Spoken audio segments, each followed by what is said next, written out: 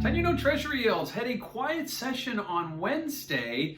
You look around, you see some other commodities making some big moves, but only a 3 basis point yield range in 10-year, hovering right around 156. Now, the one thing will notice that we remain below 160. Recall back on March 30th, we got as high as 177, and it's been a steady decline ever since. Now, we got as low as 152 last week, but certainly holding below 160 seems to be the play here. We've had a sustained trade sideways since that move down to 152 in the market right now, waiting for some kind of news, waiting for some event. Obviously, we've got a lot going on next week, not a whole lot happening this week. Probably a lot of eyes waiting for that Fed meeting, that February 28th FOMC meeting next week.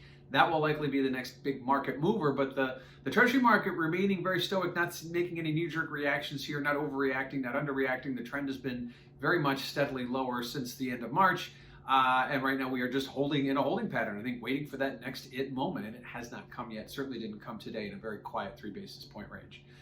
Now looking over at volatility, what can we say? Well, check out that CVol index over at cmegroup.com. You'll notice that volatility had been creeping higher as yields were going down. Now that is very rare. Typically we see volatility remain very yield directional. We see yields go up, we see volatility go up. Obviously, there's been a little bit of a disconnect here as yields are going down, maybe some concern about the economy, maybe some concern about what the Fed's doing, maybe some concern about the uncertainty.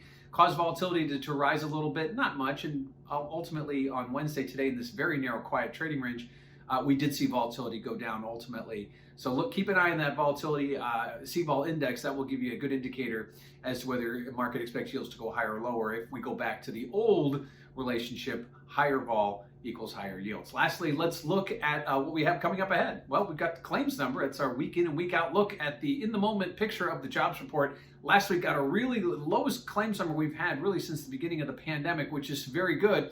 However, it is still trading at about 2.5 to 3 times where it was prior to the pandemic, so still have a lot of work to do, and they're expecting those claims numbers to rise a little bit this week. It'll be interesting to see how the market reacts. We also get some housing numbers on Thursday and Friday. It'll be interesting to see. The housing market's been on fire. It's been on front and center in all the news.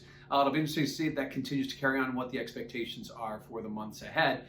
Really, there isn't any Fed news given the blackout ahead of the FOMC meeting, so the market's really going to be trading here, reacting to other areas, whether it be equities on making new highs, whether it be metals, whether it be cryptocurrencies, whether it be some other geopolitical event. So right now the market waiting for that it moment, likely waiting again for that March or April FOMC meeting next week. That's going to be the next catalyst moment that's on the calendar at least for the bond market. So Treasuries holding in a very tight range today, kind of waiting for that next it moment as it coils, hovering right around 146 in a very narrow, quiet trading range today.